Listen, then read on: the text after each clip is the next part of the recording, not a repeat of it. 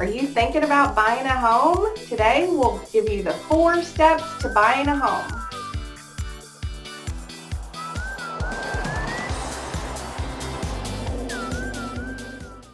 Hey, this is Melody Watts and Donna James, your DFW Metroplex Realtors.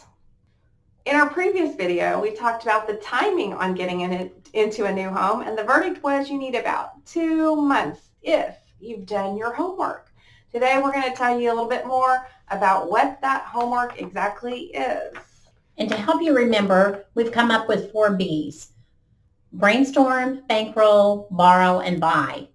And the first B is brainstorm. Talk with each family member or whoever's going to be living in your home and find out what their needs are. Yeah, think about the areas that would work for you. Are schools important to you? How long do you want to commute to work every day? Is there a church you need to be close to? Do you need a 3-car garage? What are your hobbies? Do you play golf and want to be close to the golf course? Do you need a large kitchen for entertaining or a craft room? How about a large yard for your pets? Or you're tired of doing lawns and you want to downsize?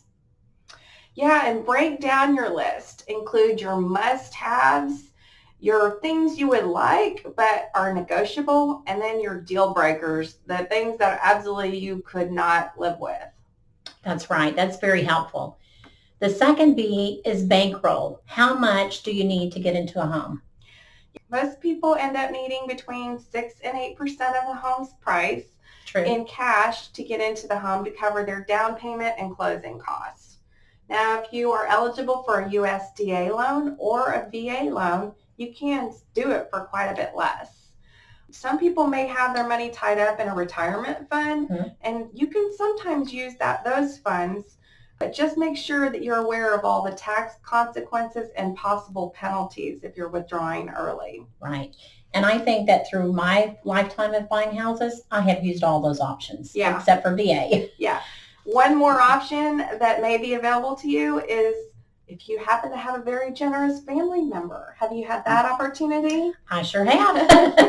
Twice, actually. Okay, great. So you can have funds gifted by a family member. Just be sure that you keep clear documentation of that. Your lender will need to see clearly where those funds came from. We may even be able to get the seller to contribute some of the closing costs if they're happy with the offer that we make them. Yeah, that's a great way to get some of those funds covered. The third B is to borrow. Getting a mortgage loan from the lender. I don't know about you, but most people that I know don't have a few $100,000 just laying around to go buy a house with. So we're pretty much looking at going to a lender to get the bulk of the funds. Now, the lenders are going to look at your credit score, your income, and your prior debt. If your credit score is less than 580 or so, you may need to do some credit repair before you're ready to buy. Most mortgage lenders can give you an idea on how to improve your credit score if you need some help with that. If you don't know what your credit score is, most credit cards have that online now where you can access your FICO score, or you can use a service like Credit Karma. Yeah, and if your bankroll and your credit are looking good, then it's time to go talk to a lender to get pre-qualified. And once we have that pre-qualification letter, we'll know how much you are qualified for, and then it'll be time for step number 4.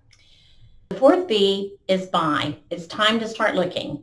An experienced realtor who is knowledgeable in the area you want to buy can guide you through the purchase process. Stay tuned. Next week, we'll discuss in detail the home buying process. Until then, see y'all later. Bye y'all.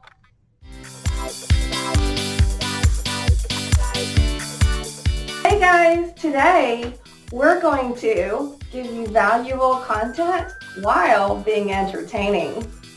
Right, Donna? What are we going to do? Hey, Nancy. What's up, Donald?